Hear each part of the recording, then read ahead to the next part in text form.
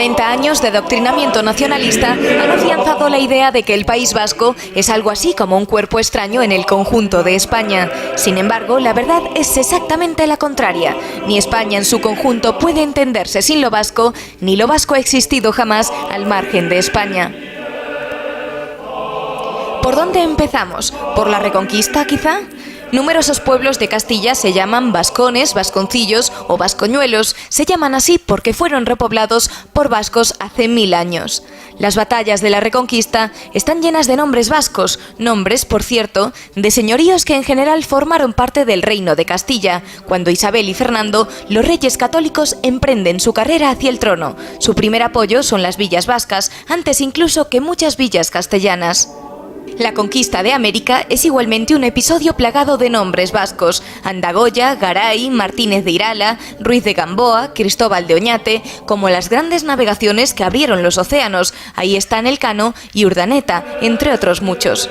O Legazpi, el conquistador de las Filipinas, que era guipuzcoano de Zumárraga. La Compañía de Jesús, determinante en la vida de la Iglesia española y universal, la funda un hombre de Azpeitia, que había sido soldado de la Corona de Castilla, Ignacio de Loyola. Era vasco de Pasajes el gran Blas de Lezo, el defensor de Cartagena de Indias. Era vasco de Motrico el marino Churruca, héroe de Trafalgar.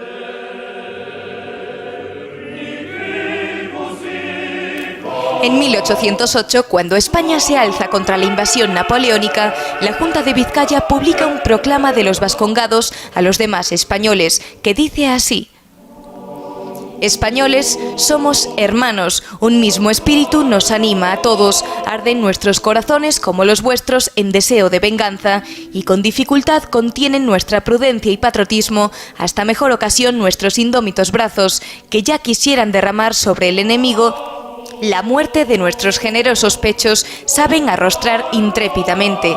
Aragoneses, valencianos, andaluces, gallegos, leoneses, castellanos, etc. Todos nombres preciosos y de dulce recuerdo para España. Olvidad por un momento estos mismos nombres de eterna memoria y no os llaméis sino españoles. El cuerpo de la Guardia Civil fue diseñado por un guipuzcoano, Pedro Agustín Girón, fundado por un vizcaíno, Manuel de Mazarredo, y organizado por un navarro, Francisco Javier Girón y Ezpeleta.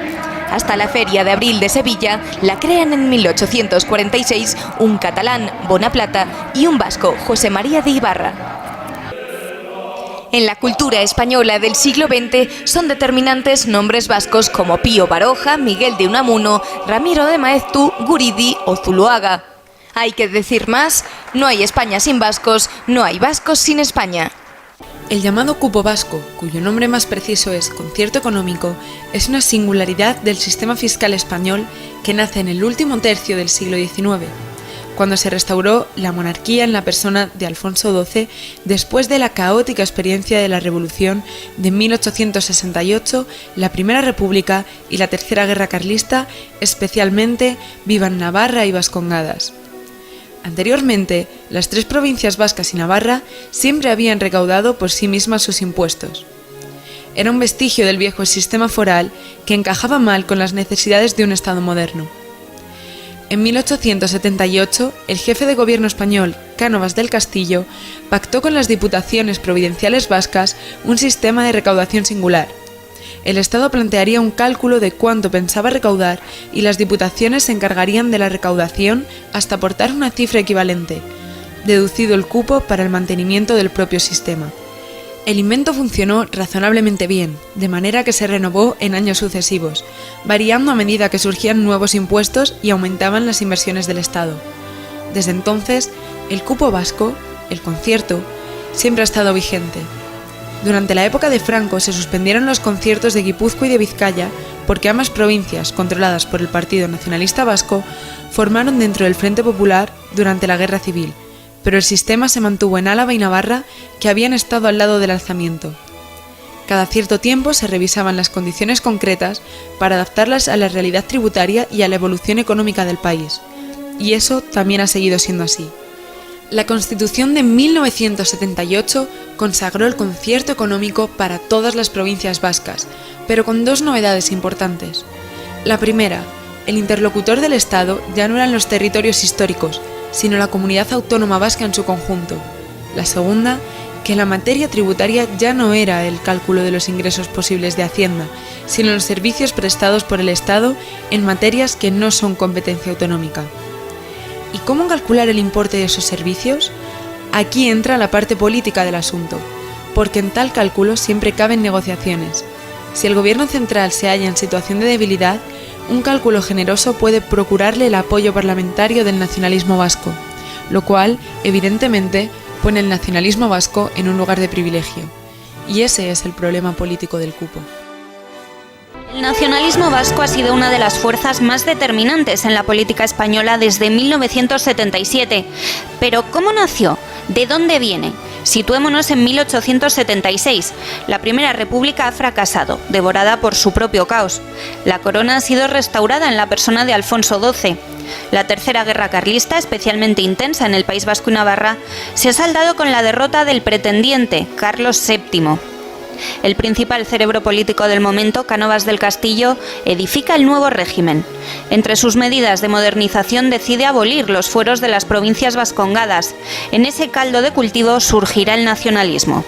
La abolición de los fueros formaba parte de la modernización del Estado, pero fue percibida desde el País Vasco como un castigo de Madrid. Durante el último tercio del siglo XIX, el País Vasco y sobre todo Vizcaya había conocido un rápido proceso de industrialización cuyas consecuencias inmediatas fueron la recepción de una inmigración masiva, la destrucción paulatina de las formas de vida rurales y el retroceso de las varias formas populares del euskera. La abolición de los fueros significaba además que las provincias vascas pasarían a regirse por el régimen provincial común. La conjunción de todos estos factores enciende la mecha de la protesta, y ahí aparece Sabino Arana, que el 6 de junio de 1893 expone su doctrina en el discurso de Larrazábal. ¿Cuál es esa doctrina? Jaungoikoa eta la guizarra, es decir, Dios y ley vieja. Y sobre esa base tradicionalista, Arana añade el tinte nacionalista. Euskadi, proclama, es la patria de los vascos. Arana enfoca el conflicto vasco-español como una guerra de religión donde la España liberal representa el mal, el pecado. Frente a eso imagina una Euskadi soberana que jamás existió en la realidad, pero que funciona como mito fundador. Y no dudará en utilizar argumentos de claro corte racista en su propio beneficio. A pesar de todas sus contradicciones, el discurso aranista prendió en una sociedad donde el orgullo de la propia identidad y de las propias raíces se combinaba con la frustración experimentada ante los sinsabores de la industrialización. El 31 de julio de 1895 se funda el Bizkai Batzar, con el objetivo de conquistar una Vizcaya libre en una Euskeria libre. Nace así el Partido Nacionalista Vasco.